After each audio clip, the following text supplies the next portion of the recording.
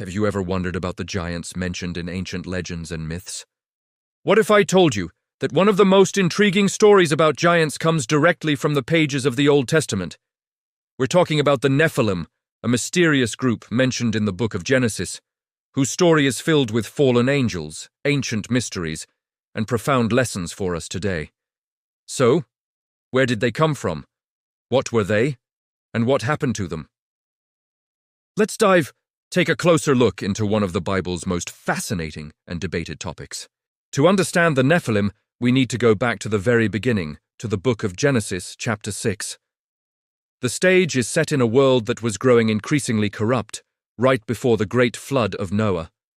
Verses 1 and 2 tell us, "When human beings began to increase in number on the earth and daughters were born to them, the sons of God saw that the daughters of humans were beautiful, and they married any of them they chose."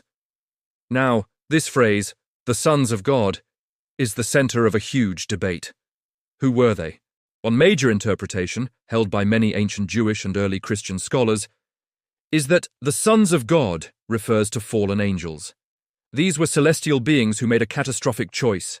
They abandoned their proper domain, their heavenly home, and, drawn by the beauty of human women, came down to earth to take wives for themselves. This was a violation of the created order, a mixing of the heavenly and the earthly that was never intended by God. The other main view is that the sons of God were the righteous descendants of Seth, Adam, and Eve's third son, while the daughters of humans were from the ungodly line of Cain. In this interpretation, the sin wasn't about angels and humans, but about the holy lineage of Seth compromising their faith by intermarrying with a corrupt and ungodly society. While this view avoids the supernatural element, the fallen angel interpretation seems to fit the context better, especially when we see what happens next. Let's look at verse 4 of Genesis 6. "The Nephilim were on the earth in those days, and also afterward, when the sons of God went to the daughters of humans and had children by them. They were the heroes of old, men of renown." This verse is key. It directly links the union of the sons of God and daughters of humans to the existence of the Nephilim. The Hebrew word Nephilim comes from the root nephal, which means to fall. So, they are often called the fallen ones. The text says they were heroes of old, men of renown, or in some translations, mighty men. This suggests they were powerful, famous, and likely physically imposing figures, giants.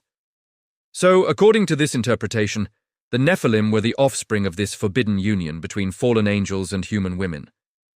They were a hybrid race, beings of immense power and stature who dominated the pre-flood world. Their very existence was a symbol of the deep corruption and rebellion that had saturated the earth. It was a world where boundaries were being broken, not just between people, but between heaven and earth itself. This widespread wickedness is what prompted God's judgment. Right after describing the Nephilim, Genesis 6:5 says, "The Lord saw how great the wickedness of the human race had become on the earth, and that every inclination of the thoughts of the human heart was only evil all the time." The presence of the Nephilim was a symptom of a world that had spiraled completely out of control. This immense corruption, this mixing and marring of God's creation, led to the decision to cleanse the earth with a great flood, saving only Noah and his family. So, did the flood wipe out the Nephilim? Genesis 6 suggests they were on the earth in those days, meaning before the flood. So, it's logical to assume that the original Nephilim perished in the deluge. However, the verse also adds a curious phrase, "and also afterward." This little detail has sparked a lot of debate. How could they exist after the flood if everyone but Noah's family was wiped out?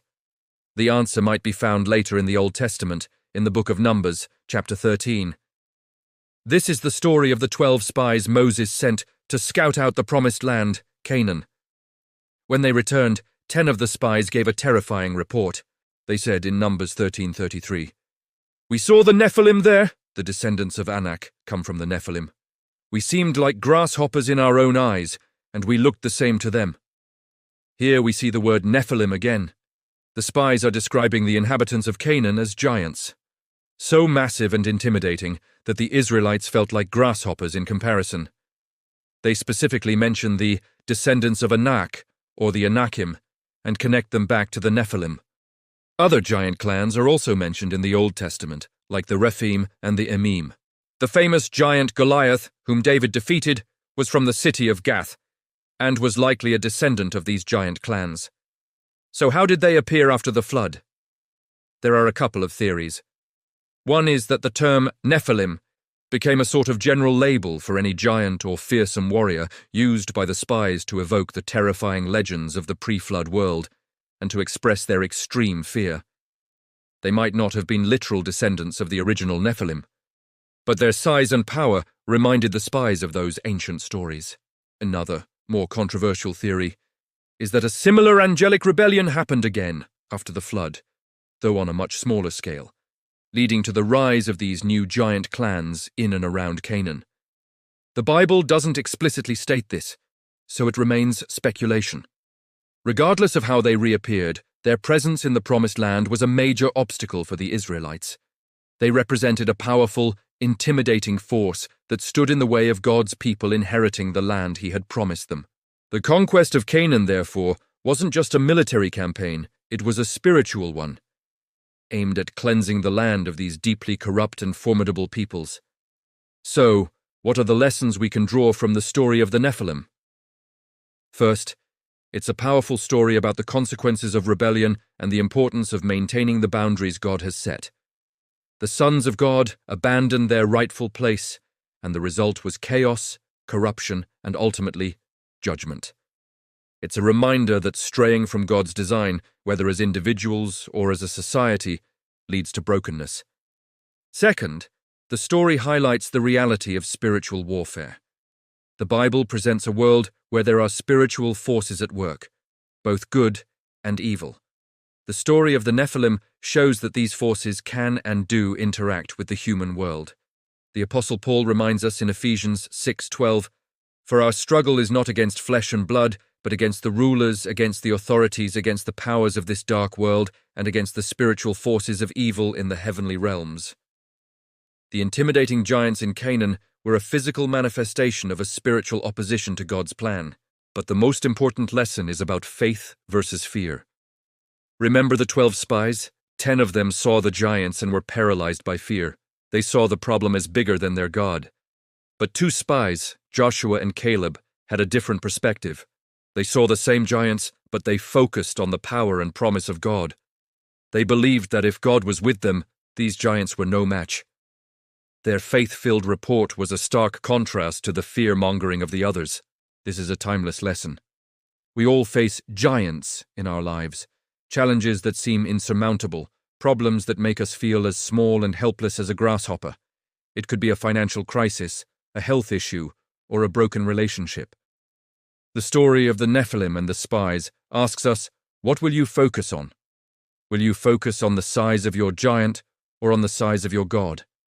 Fear tells you to retreat. Faith, like that of Joshua and Caleb, empowers you to move forward, trusting that God is greater than any obstacle you face. In the end, the Israelites, led by Joshua, did conquer the land and defeat the giant clans.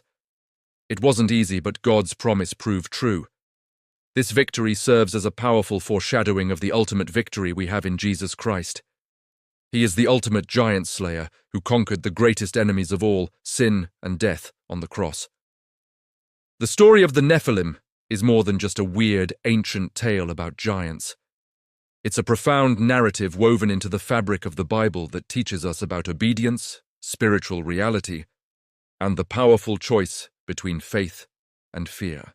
It reminds us that no matter how big the giants in our lives may seem, with God on our side, we are more than conquerors. Thank you so much for joining me on this biblical exploration. The Nephilim are a complex topic, and there are many different views out there. I'd love to hear your thoughts. What do you think about the sons of God? Do you have other insights into this fascinating story?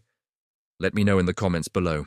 If you found this video interesting and want to explore more biblical mysteries with me, please give it a thumbs up, subscribe to the channel, and hit that notification bell so you don't miss our next video. Thanks for watching, and see you next time.